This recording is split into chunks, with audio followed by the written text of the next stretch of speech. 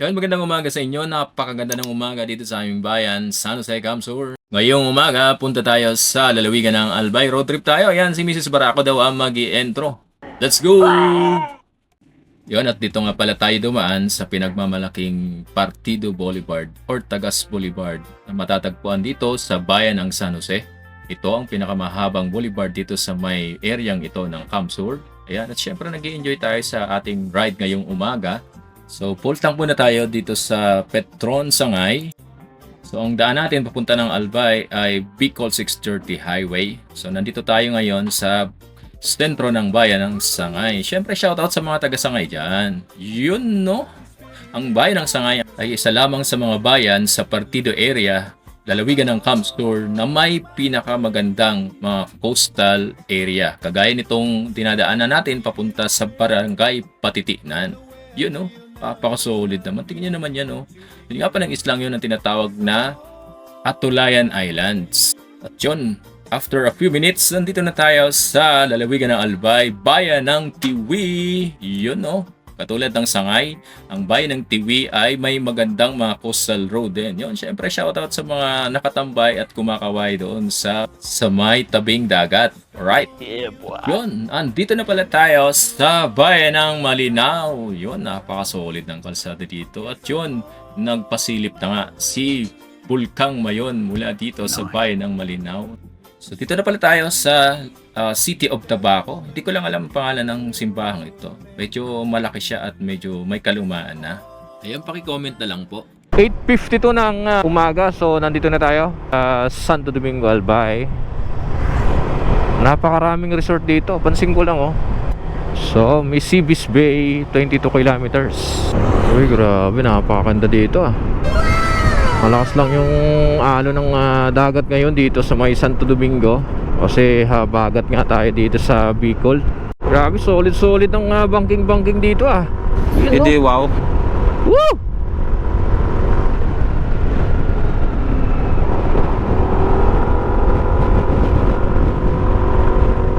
Kakantay dito, Seabis Bay, Bakakay, 18 kilometers. Malayo-layo pa pala tayo. Swabe banking ng dalawang click na kasama natin, no? Swabe lang. Lalim lang kasi maiikot, eh. Dikit na center stand mo dito. Papunta Hindi, tayo ng wow. Bakakay, Albay. First time natin makakarating dito. 17 kilometers pa. Nakarami na tayong ikot. 1 kilometro pa lang pala yun. Bahala ka sa downhill buhay tayo, mo. Downhill. Oy. Grabe, solid na mga kalsada dito. Woo! Yun, sa puntong to parang natulala tayo. Sobrang ganda ng dinadaanan natin. Grabe talaga. Ayan, welcome to Bakakay, Albay. Grabe, swabe, ah. Yun, sabi nila, ang bayan na ito ng Santo Domingo papunta ng Bakakay, Albay, ang tinatawag na Marilake of Albay or Marilake of Bicol. Hindi ko na sigurado, pero yan, napaka-solid ng banking natin dito. Napakaganda. Syempre, alam niyo naman, ito ang mga paborito ng mga katulad natin mga nakamotor. Kakaiba ang thrill or saya na hatid sa atin ng mga ganitong mga kurbadang kalsada. Yun, no? Hindi, wow. Grabe talaga, napaka-solid ng mga ikot na yan, no? Yun, no? Wow. Kaliwa, kaliwa. Yes, yun. Alright. Syempre. Solo natin ang kalsada. Napakaganda. Yun, downhill naman tayo. Downhill. Let's go. Yun, no? Nag-uuna yung dalawang click na kasama natin. And yun, finally, nandito na tayo sa pinagmamalaking Sula Bridge dito sa bayan ng Bakakay. Galing, ha? Grabe, napakalinaw ng tubig dito. Yan, nakarating din tayo dito sa Sula Bridge. Ayan yung Sula Bridge. So, ang dami nagpipictorial ngayon, no? Malinis ang tubig dito. Napakalinaw. Ayan sila, Papa B. Pictorial yung dalawa. Alright, tuloy tayo sa Cagraray Eco Park. Sa unahan daw. Let's go. Oo. Ongoing ang dito, pagpapaganda ng mga daan. Kung sa road trip lang, napakaswabe, napakasolid. Tingnan nyo naman yung makikita nyo. Sana all. Tapos yung kalsada, napakaganda pa. Ay! Woo! kasi kita, ha? Uy! Downhill naman tayo, downhill! Oy, oy, oy! Ginagawa mo! Counter! Overshoot na tayo Galing, ha? Yun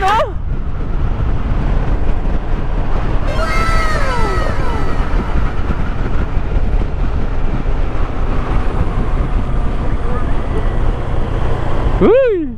Pababa, pataas! Kaya ba natin yon? Kaya ba yon? Kaya? Let's go!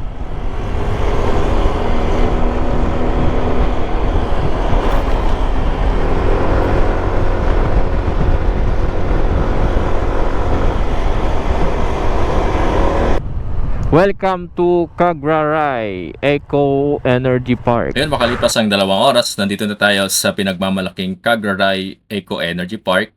So, may mga nakasabay tayong ilang mga rider dito. Ayun sila sa unahan, no? At syempre, magbabayad muna tayo ng ating entrance worth 25 pesos each. At yun nga, sinimulan na natin ikutin tong Cagraray Eco Park. So, nandito tayo sa Cagraray Amphitheater. Yun, no? Parang yung panahon ng mga Romance yung amphitheater nila. Yun yata yung tinatawag na Mississippi Bay. Yun, no? Sa unahan. Alright, 10:12 ng umaga. Akit na natin tong may bandang taas. May mga nakasabay tayo dito, mga naka GS. Yan, dalawa. So, pwedeng dalhin yung motor sa taas. Let's go! Bago yung mga pine tree. Pine tree ba yan? Oo, pine tree yata eh. Okay, dito na tayo sa taas. So, ito yung simbahan dito ng mga Katoliko yata. Oo. Ito yung nakikita ko sa mga endurance, sa mga events dito sa Cagraray. Mas kita pala dito yung baba. True nang maganda talaga dito. Yan sila Papa B tsaka si Jomar. Napakasarap ng hangin dito sa taas. Sobra talagang nakaka-relax. Kakaiba yung pakiramdam pag ikaw ay nasa kalikasan. Makalipas lamang ang ilang minutong pag-iikot, pagpipicture-picture, pagpapahinga, ay ride on ulit tayo kasi may pupuntahan pa tayong isang pinagmamalaking magandang lugar dito sa bayan or dito sa lalawigan ng Albay. At yon, muli ini-enjoy natin tong pababa. Talaga namang napakasolid ng kalsada dito. Grabe. Hindi ka manghihinayang sa gas or sa pagod or sa oras. Talaga namang i-enjoyin mo bawat minuto ng pag-ride dito sa bahaging ito ng Bakakay. You know, let's go, let's go. Tingnan nyo naman yung napakaganda ng kalikasan. Napakasolid ng mga tanawin.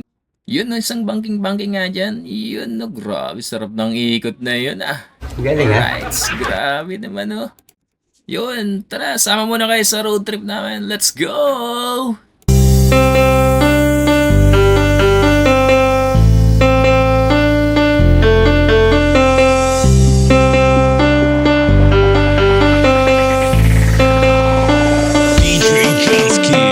I can't stand to fly. I'm not that naive. I'm just out to find the better part of me. I'm more than a bird. I'm more than A few moments later.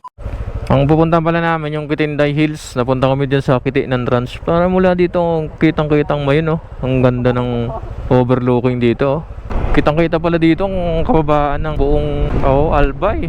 High ground pala itong part na ito ng Kamalig. Wow! Grabe. 2 hours later. Ayan, 2:27 ng hapon. Dito na tayo sa Kitinday Hills. Karating din kami.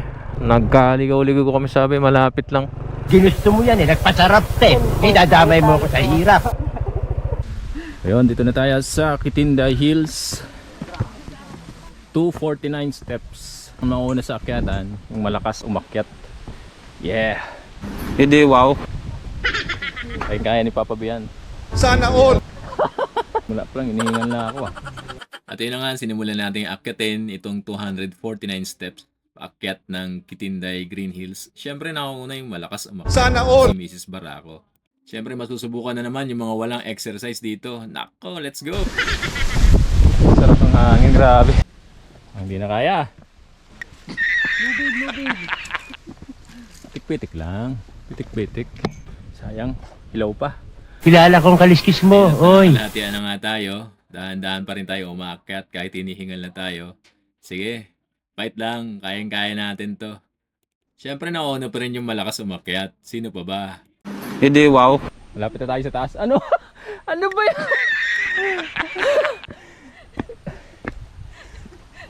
Hindi ko nakuhanan. Ayun, nakarating na tayo sa taas. Mahigpit na panagbabawal ang pagtatapon ng basura. So left view deck. Yun, lakas ang hangin mga kabarako. Hindi, wow. So merong mga basurahan kaya clean as you go. Ay na agad si Papa B, oh, solid oh. Halika na tayo! Tayo kay Papa B, ayun si Papa B. Galing ha? Sarap ng hangin mga kabarako. So pagdating dito sa mga view deck, lupa lang, lupa. Kaya ingat lang. So maganda magpunta dito, summer talaga. Makalipas ang ilang minutong akyatan, sobrang hingal natin mga kabarako. Nandito na tayo sa taas sa left view deck or right view deck nitong Kitinday Green Hills. Napakalakas ang hangin dito. Pero grabe, hindi mo akalain, meron pala ganitong kagandang lugar dito sa Albay. Kung sa Bohol ay merong tinatawag na Chocolate Hills, dito naman sa Kamalig ang tinatawag na Kitinday Green Hills. Yun, nandito na tayo sa pinakatuktok. Siyempre, nag-i-enjoy yung ating mga kasama. Yun, no? Grabe. Ikutan muna natin, 360 muna natin kasi wala pa tayong 360 camera. Yun, nahilo ba kayo? Galing ha? Yun, dito naman tayo sa left na view deck. Medyo mas materik dito.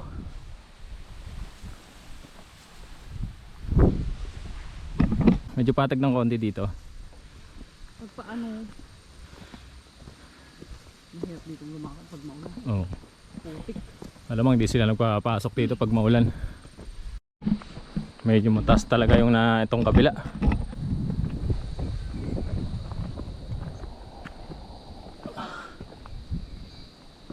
Init. Taas nga dito.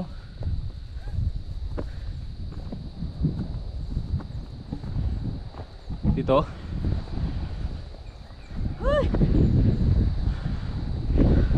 May harang. Makalipas ang ilang minutong nakakahingal na akyatan, andito tayo sa left view deck. Grabe, napaka-solid talaga dito. Napakaganda. 10 seconds later. Let's go, baba na tayo. Tulog na yun talaga sa papapipirme ha. Uy, isa na. Alright, baba na tayo. Medyo mas madali na yung pagbaba. Alalay lang. Kasi yung syempre yung gravity. Ayun, at sinimulan na pala natin ang dahan-dahang paggaba. Kahit yung paggaba, nakakahingal din pala. Grabe. Syempre shoutout sa mga taga Kamalig, Albay.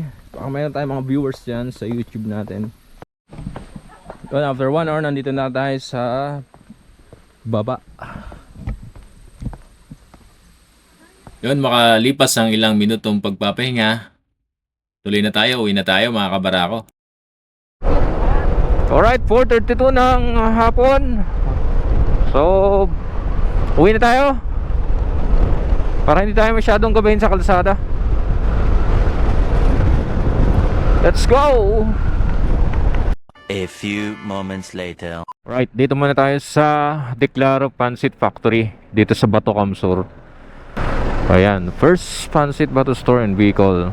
San Miguel Crossing lang. Alright, 5:47. Dito na tayo sa Bato Crossing. Dito tayo dadaan sa may Irig Road. Pakaliwa tayo dito. So, ang labas nito is Hanawan, Ocampo, Kamsur. Nauna na si Papa B ah.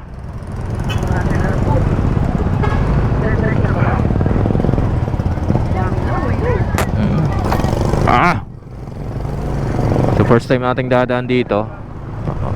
Check out natin kung gaano kaganda yung lugar na to. So start tayo ng Bato Kamsur.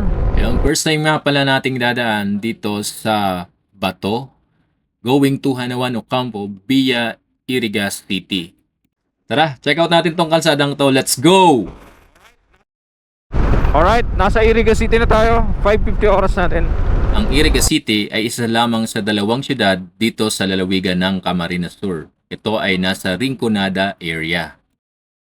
Napaka-solid din pala ng daan dito.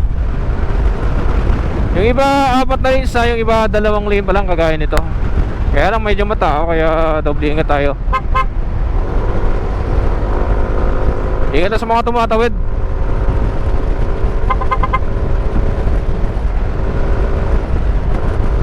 Ayun, napaka-smooth ng daan, oh.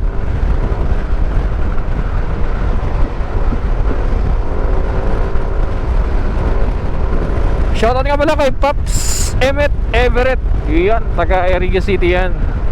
Santa Cruz Sur Elementary School. Ay, first time natin makadaan dito. Ayan yata yung tinatawag nilang Mount Asog. Sa Iriga City yan, sa harap natin. Asog, A-S-O-G. Hindi ko alam kung nasa sentro tayo ng City of Iriga. Alright, kakanan tayo dito. Ito yata. Ayan, ito ang sentro ng Iriga City. Arriba, Iriga. Gaisano Capital Mall, Iriga. Alright, 6:10 ng gabi. Magandang daan dito. Kaya lang madilim. Kung sa maganda. Ha? Okay lang, kaya lang madilim talaga. Tingnan yung mga puno na yun, oh. Parang mga sinauna pa. Yan, oh. Solid, oh. Solid ang mga asphalt overlay dyan. Nasa bayan pa rin tayo or nasa City of Iriga pa rin tayo. Bakbakan tayo pa uwi. Kung Hindi, si Papa wow. Bilang nasa unahan, bakbakan yan. Nice. May napipili tayong humahabol eh. Solid din ang mga kurbada. Kawayan, Santa Maria, Iriga City.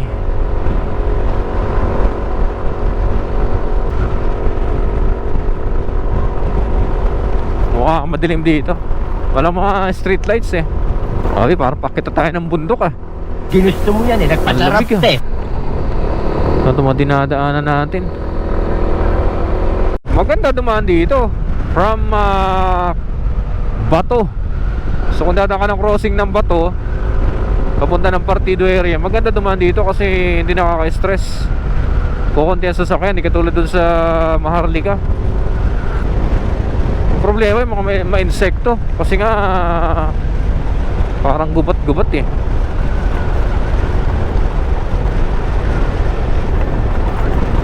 So kampo na tayo, going to the left. City proper, papunta na diretso doon. Ayan. Ito yung mga bundok na nakikita natin doon sa highways, sa may partido. Ito yun, oh. Ito yung mga bundok na yun. Ayun yun, oh.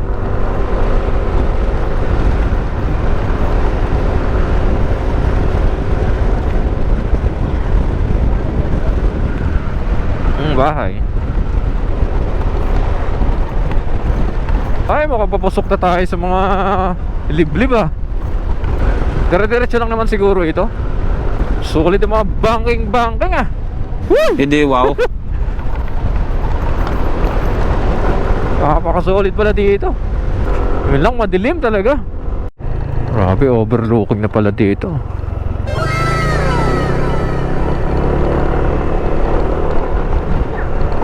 Sarap ng overlooking dito ah.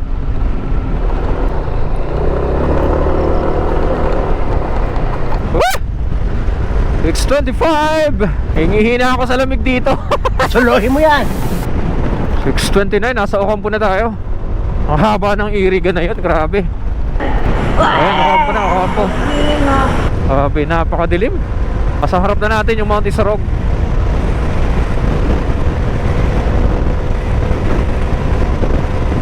Pero spot ng kalsada oh. Yun lang, talagang walang dumadaan. Liblib eh. Ayun, nagmamadali na tayo dito kasi iniwan tayo ng dalawang nakaklik. Lakas talaga ng mga naka-Honda Click. Sana all! Tsaka medyo madilim talaga dito. Tsaka first time nating dumaan kaya medyo nakakakaba. Yun, 6:34 ng gabi. Yun, dito na tayo. Ito yung labas, no? Napaka-solid ng kalsada doon, ah.